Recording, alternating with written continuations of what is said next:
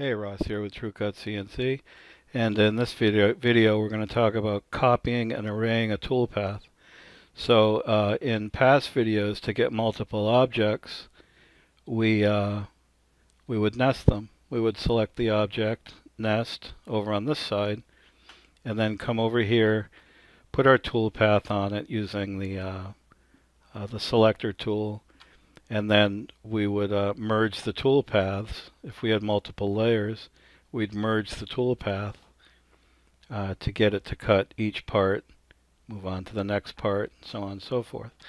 Well, because when we have different tools, when we're using different tools for the part, we can't do that. So how do we fix that? Well, we copy and array the toolpath. So what we're going to do is we want to create a bunch of these. We're not going to nest it though, so don't nest it over here. What we do is we go ahead and create the toolpath, which I've already done here in the last video. There's our toolpath. We have our drill option right here, which is causing the problem because it's a different tool than what these two profiles use. So we can't use merge toolpath because we get this error. Okay, so what we want to do is use this tool right here. This is array and copy toolpath. Okay, so this doesn't array and copy the part, it just arrays the toolpath. These are the toolpaths we're going to array, and we're going to select a number of rows and a number of columns here. Okay, so let's select, say, 6 rows, 6 columns would be 36 parts.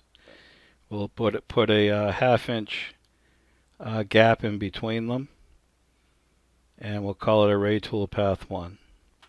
And we don't want to minimize tool changes because that would defeat the purpose of cutting one part completely then moving to the next. If I said minimize tool changes, it would actually go through and pierce all the holes first. So do not minimize tool changes. Then we hit calculate, and it arrays that toolpath. Okay, so I got a little too many there.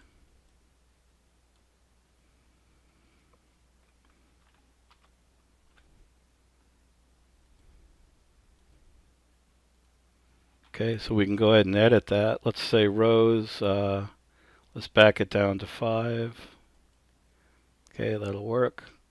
Now if we wanted to fill the sheet, we could probably add another 2. That looks good. Okay, and then we close that. Now when we save this, we're just going to hit this save button. And we're going to save the toolpath. And it's going to save this just like you'd expect. And we'll switch to 3D view, and you can actually see that it's actually doing one part, finishing one part, moving on to the next, so on and so forth. Exactly what we want. So like I said, at this point we just hit save toolpath and go ahead and save it. And that's it. Now that's ready to go to the machine.